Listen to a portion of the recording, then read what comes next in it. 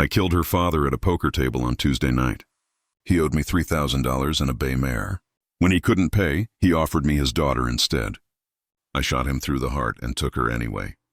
Now she sits across from me in this cabin, loading my rifle with steady hands, and I can't figure out if she plans to kill me or save me. The mountain cabin smelled of pine smoke and old whiskey. Sarah Bennett sat at the rough wooden table, her dark hair pulled back in a simple braid. Her fingers moved with practiced precision as she cleaned the barrel of my Winchester.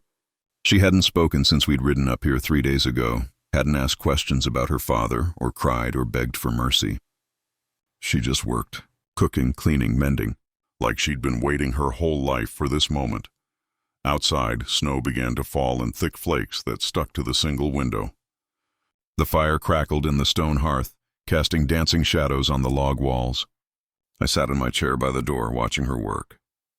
She was maybe 22, with green eyes that held secrets and hands that never shook. Not even when I'd pulled the trigger in that saloon. "You know why your father really owed me that money?" I asked. She looked up from the rifle.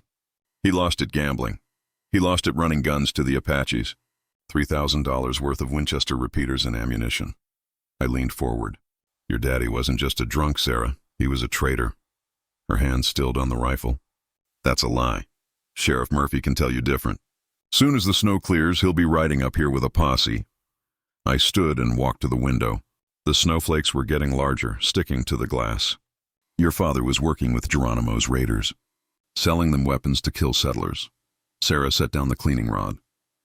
Her face had gone pale. "You have proof?" "I have the letters he wrote. The manifests. Everything." I turned back to her. "That's why I really killed him. Not for the money. For the people he helped murder." She was quiet for a long time. The fire popped and hissed. Outside, the wind picked up, rattling the window frame. "Why didn't you tell the sheriff?" she asked finally. "Because your father wasn't the only one involved. Sheriff Murphy was getting his cut." The words hung in the air like gun smoke. Sarah's eyes went wide. She understood now why we were hiding in this mountain cabin, why I'd brought supplies for weeks, why I kept checking the trail below. "They're coming for you," she said. "It wasn't a question." "For us," I corrected. "Murphy thinks you know about the gun running. Thinks your father might have told you something before he died." She stood up from the table, the loaded rifle in her hands. For a moment I thought she might turn it on me. Instead, she walked to the other window and looked out at the darkening sky. "How long have we got?" "Day or two. This storm will slow them down." I moved to the fireplace and added another log. "Sarah, I need you to know something. What your father offered me at that table, I would never have taken it. Never. You're not property to be traded." She turned to look at me. "But you took me anyway, to protect you.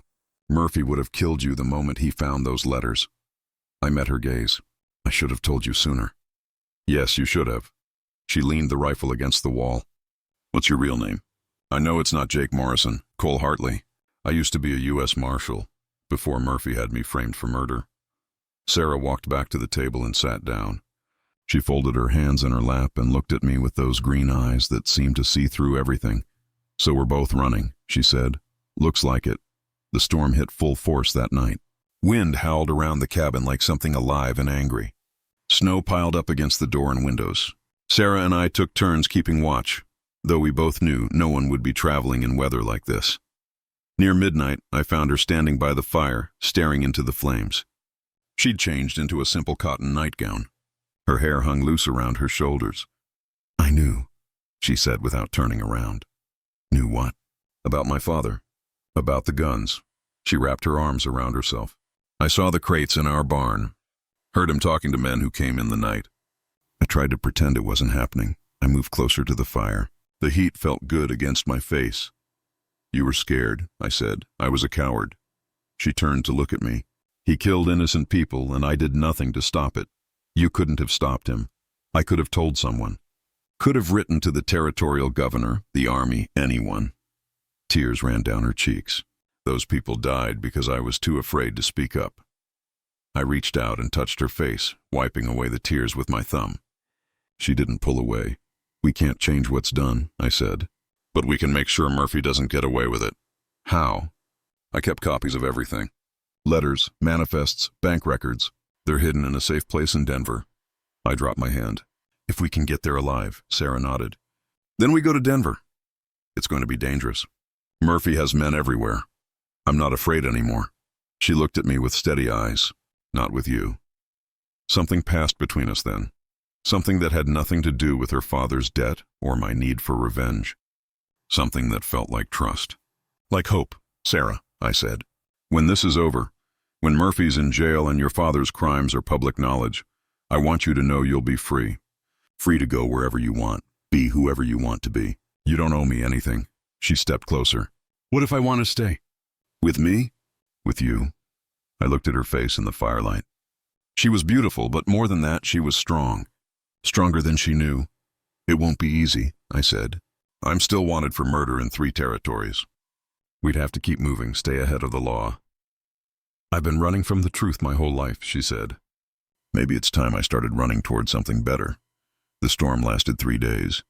When it finally cleared, we could see riders coming up the mountain trail.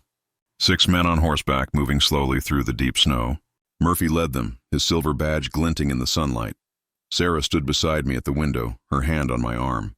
There's something I need to tell you, she said. What? That night in the saloon when you shot my father.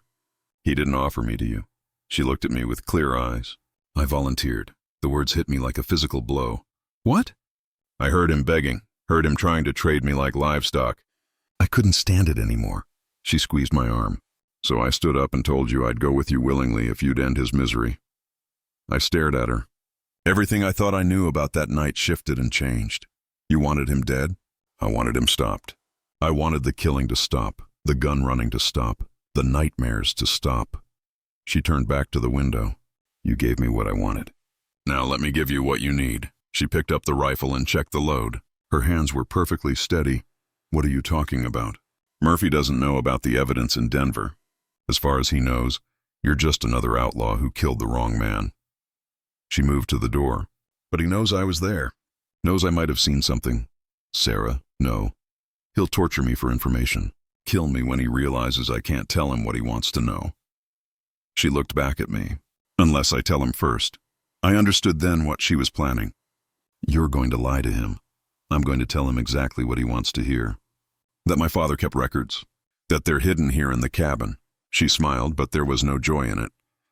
While you slip out the back and ride for Denver, I won't leave you. You have to. Those records are the only chance we have of stopping Murphy and his men. She touched my face. The only chance those dead settlers have of getting justice? Murphy's voice boomed across the clearing. Cole Hartley. We know you're in there. Send out the girl and we'll make this quick. Sarah kissed me then, soft and brief and full of goodbye. There's a trail behind the cabin that leads down to the creek. Follow it east and you'll hit the main road to Denver. Come with me. They'll just follow us. Track us down. She shook her head. This way you have a chance. I grabbed her hands. Sarah, listen to me. Don't. She pulled away. Don't say it. Not now. She opened the door and stepped out into the snow. Murphy and his men had their guns drawn. They spread out in a semicircle around the cabin. I want to make a deal, Sarah called out. Murphy spurred his horse closer. What kind of deal? I know where my father hid the records. The real records, not just the gun manifests. She walked down the steps, her hands visible. Letters from army officers, bank transfers, names of everyone involved in the operation. Murphy's eyes lit up. Where?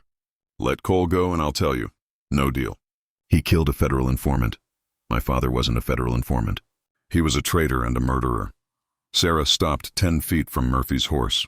You both know it. Murphy drew his pistol and pointed it at her head. Last chance, girl. Where are the records? Buried under the floorboards. North corner of the cabin. I slipped out the back door while Murphy's men dismounted and rushed inside. The trail Sarah had mentioned was barely visible under the snow, but I found it. Behind me I heard shouting, the sound of boards being pried up, furniture overturned. Then I heard the gunshot. I stopped running. Every instinct told me to go back, to fight, to die beside her if necessary. But I could hear her voice in my head, telling me about justice for the dead, about stopping Murphy, about the evidence waiting in Denver. I kept running. It took me 6 days to reach Denver. 6 days of riding hard, changing horses, staying off the main roads. When I finally walked into the federal courthouse with my evidence, the judge took one look at the papers and issued warrants for Murphy and 12 other men. The trial made headlines across the territory. Murphy was convicted of conspiracy, murder, and treason. He hanged 3 weeks later. The other conspirators got life in prison. The families of the dead settlers finally had their justice, but none of it brought Sarah back. I found her grave in the Millfield Cemetery. The headstone was simple. Sarah Bennett, 1851-1873, she died for truth. Someone had left wildflowers. The preacher's wife, maybe, or one of the other women from town. I knelt in the dirt and placed my own offering, a silver locket I'd bought in Denver. Inside was a photograph of the two of us, taken by a traveling photographer the day before the trial. We looked happy in the picture. We looked like people who might have had a future together. "I'm sorry," I whispered. "I'm sorry I couldn't save you." But as I knelt there in the fading light, I realized something. Sarah had saved herself. She'd chosen truth over safety, justice over survival. She'd died free, and she'd died with purpose. That was more than most people ever got. I stood up and brushed the dirt from my knees. There was a stagecoach leaving for California in the morning. A new territory, a new name, a new chance to be something better than what I'd been. As I walked away from the grave, I heard footsteps behind me. I turned to see a young woman walking toward Sarah's headstone. She had the same green eyes, the same determined chin. "You're Cole Hartley," she said.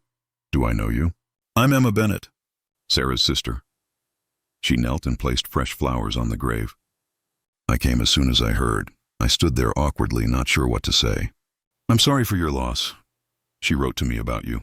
Before she died, Emma stood and faced me, said she'd found someone worth dying for. The words hit harder than any bullet. "She died for justice, not for me, maybe, but she lived for you at the end. That has to count for something." Emma walked away, leaving me alone with the gathering darkness and the weight of grief I'd carry forever.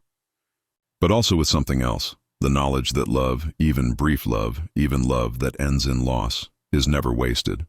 It changes everything it touches. It makes heroes out of outlaws and saints out of sinners. Sarah Bennett had been right about one thing.